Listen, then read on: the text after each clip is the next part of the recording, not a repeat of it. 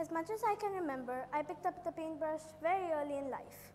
It may be a tool for many, to play with colors and to fill in the geometrical shapes, or to imitate things around us, or to mess with walls, but it meant comfort for me.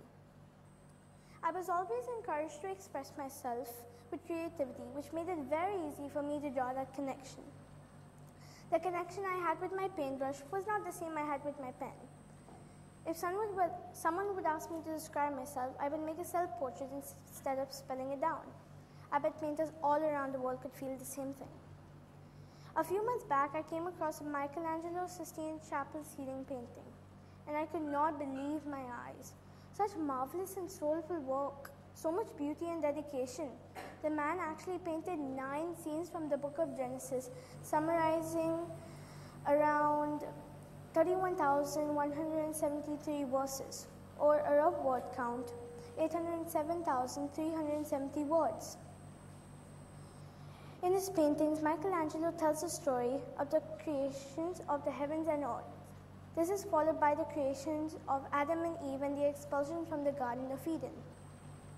Particularly in this fresco, in his paintings, Michelangelo has used a physical space between the water and the sky to separate 4 distinct parts of the story. On the right side of the painting, a cluster of people seek sanctuary from the rain under a makeshift shelter. On the left, even more people climb up a side of a mountain to escape from the rising water. Essentially, a boat is about to capsize because of the unending downpour, and in the background, a team of men work on building the ark, the only hope of salvation. The first thought which crossed my mind was how beautiful a picture could also tell 10,000 words. Words of hope and salvation, words of fear and courage, words of small boat, ark, and so many more things. A few months later, I saw another piece of art, The Procession of the Trojan Horse into Troy by Giovanni. The Trojan Horse hails from the story of the Trojan War, about the subterfuge that the Greeks used to enter the independent city of Troy and win the war. In the canonical version, after a fruitless 10-year siege, the Greeks constructed a huge wooden horse and hid a selected force of men inside, including Odysseus. The Greeks pretended to sail away, and the Trojans pulled the horse as a victory trophy. That night, the Greek force crept out of the horse and opened the gates for the rest of the Greek army, which had stayed back in the cover of night. The Greeks entered and destroyed the city of Troy, and the war came to its end. And as I spoke, if you connected with the painting inside your mind and recollected the Trojan horse, I was mesmerized and struck by its sheer vision, the sheer action shown in the painting. When I researched about these paintings, I found out that these were examples of narrative art, art which conveys stories.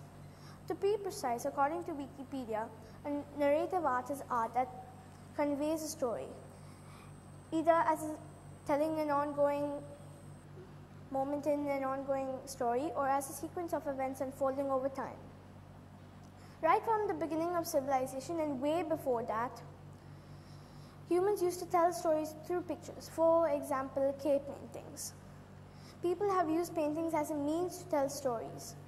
The minutely painted face expressions of the figures, the actions, and nature. These paintings gave me a different feeling. The feeling of expressing and telling a story. The feeling of courage and the willpower to make a difference in the world around. I wondered if I could do the same, whether I can use narrative art as a form, whether I can use my paintings to tell stories, create awareness, spread social messages, and so many more things.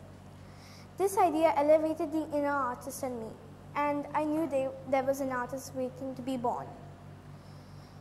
I did not look back as I was reminded by the words of Ralph Waldo Emerson. Every child and artist was first an amateur. I questioned myself on how powerful could paintbrushes and colors be. And this idea of using my paintings to do work for a cause in saving my world got me very enthusiastic and eager to try it out. I started to paint stories reflecting on the things which really impact me, like the society, human psychology, and everything that is fundamentally inherent in us. All these aspects of life are at the crossroad of changes, growth, and deterioration. I have found narrative art to be my tool in helping and exploring insights towards human experiences and the world. I have taken the pledge to start my journey to use narrative art as a tool in telling stories which really impact me and will help in bringing about change in the society. My first piece of narrative art was how we becoming green to grey, how pollution is impacting the environment, and the colors of our real life paintings, how we always related to green as a color of happiness and prosperity, and grey as a color of sadness and stagnation. We're moving towards a grey world for you and for me to live in.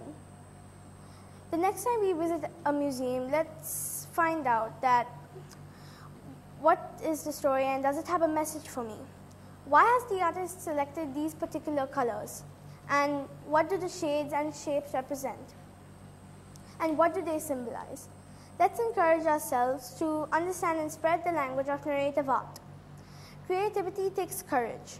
Let art explain the part-whole relationship of our existence and to the universe as a whole and tell a story to mankind. And as Pablo Picasso said, every child is an artist, but the problem is how to remain an artist once we grow up. Thank you.